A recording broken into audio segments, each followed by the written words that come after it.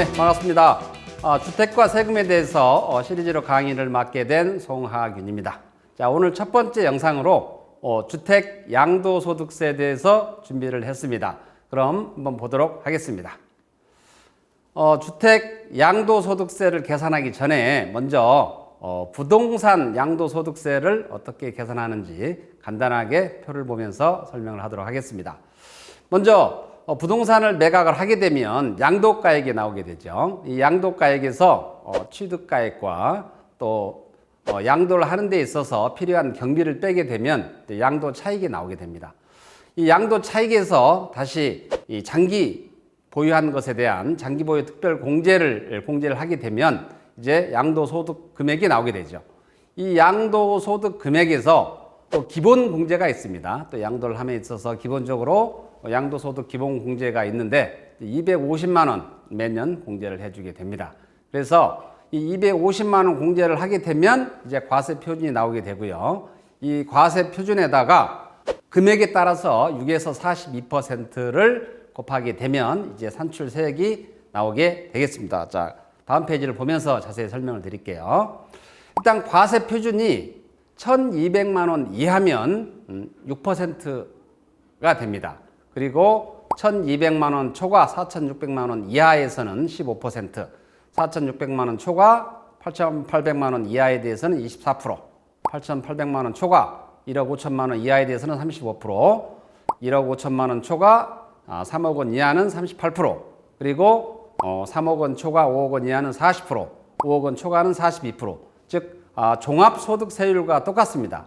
그런데 구간별로 이렇게 계산을 하려고 하면 어렵죠. 그래서 이걸 쉽게 계산하기 위해서 이제 누진 공제를 활용하게 됩니다. 자, 예를 들어서 과세 표준이 5억이라고 하면 거기에 40%를 곱하고 그런 다음에 누진 공제에 2,540만 원을 빼게 되면 쉽게 이제 세금이 나오게 되겠죠. 자, 이런 식으로 부동산 양도소득세는 계산을 하면 되겠습니다. 그러면 모든 이제 그 부동산이 이렇게 계산되는 게 아니고요. 보유 기간에 따라서 세금이 달라질 수 있습니다.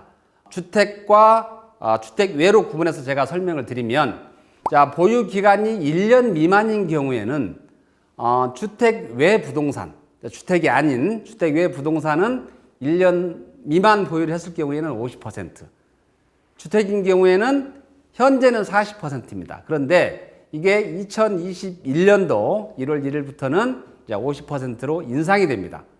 그리고 2년 미만 보유를 했을 경우에는 주택 외 부동산에 대해서는 40% 세율을 적용을 합니다. 그런데 주택에 대해서는 현행은 기본세율, 즉 6에서 42%를 적용을 하지만 2021년도 1월 1일부터는 40% 적용을 하게 되겠습니다. 그리고 만 2년 이상 보유를 하게 되면 주택 외 부동산도 기본세율, 그리고 주택도 다 기본세율을 적용을 하게 되겠습니다. 그래서 보유 기간에 따라서 세율이 달라진다는 거 알아두시고요. 그런데 주택은 좀 특수합니다. 주택은 주택 수에 따라서 또 세금이 달라지거든요. 한번 보도록 하겠습니다. 현행 세법상 1세대 2주택인 경우 또는 1세대 3주택 이상인 경우에 따라서 세율이 많이 달라지는데요.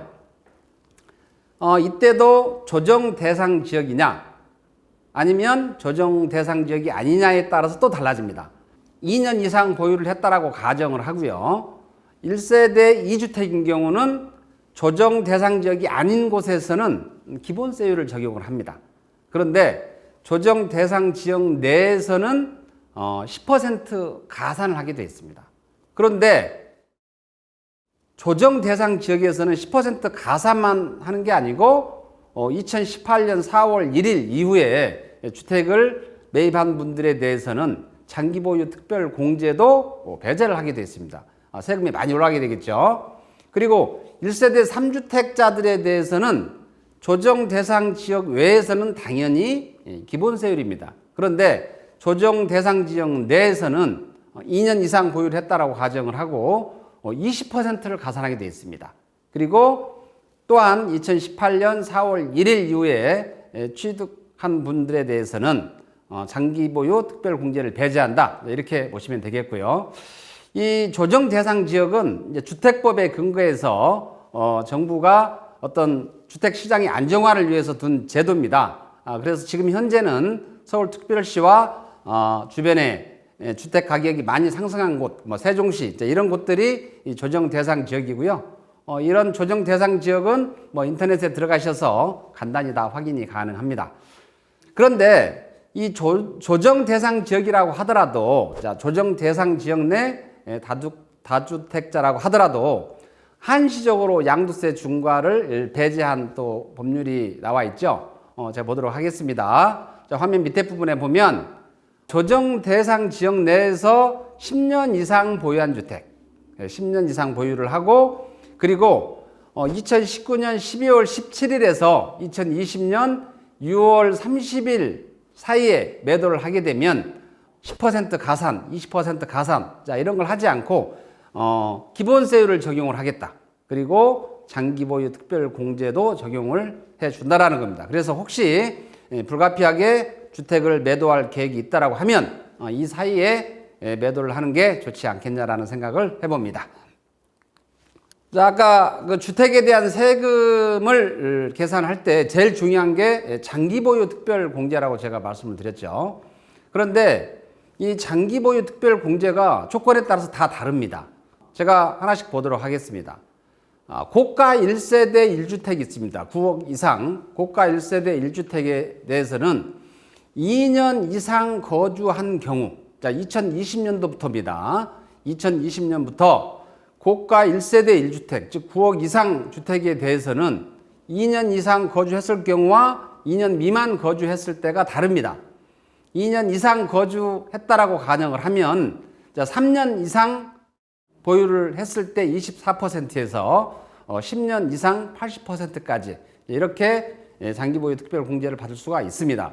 예를 들어서 10년 이상 보유를 했고 차익이 10억 원이 났다라고 하면 80% 약 8억 원 정도를 공제를 받을 수 있다라는 겁니다. 그런데 만약에 2년 미만 거주를 했다. 2년 미만 거주를 했을 경우에는 6%에서 15년까지 30%밖에 공제되지 않습니다.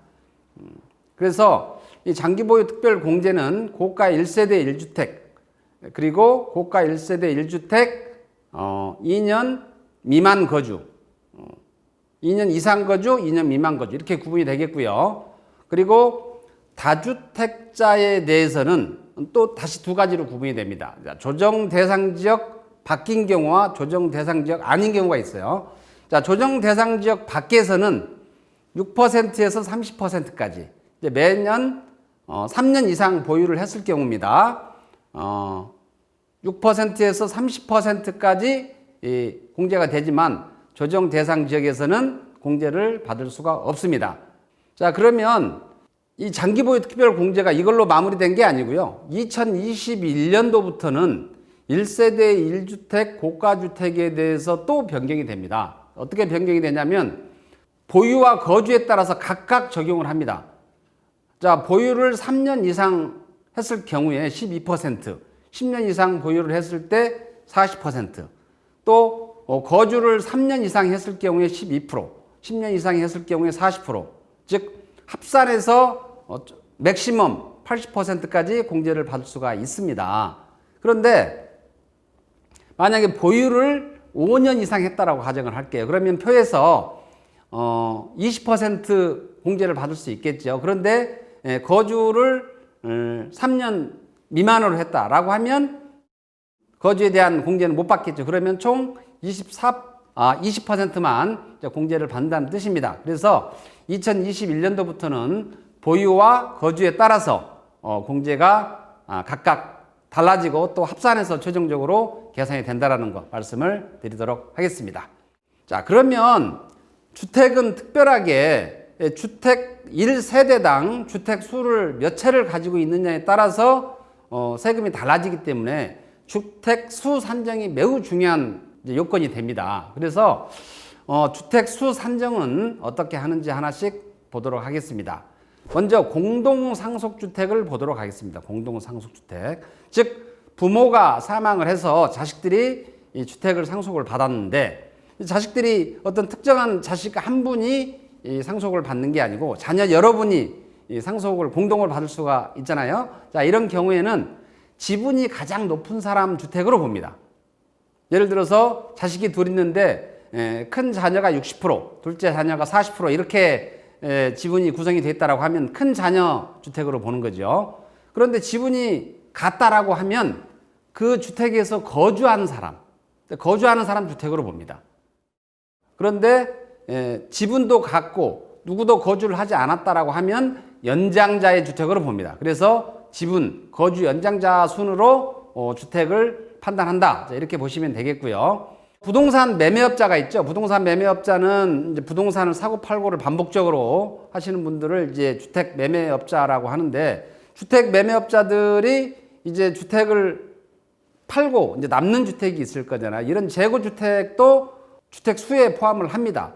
하지만 주택 신축업자의 경우에는 주택 신축업자의 재고주택은 주택 수로 포함을 하지 않습니다.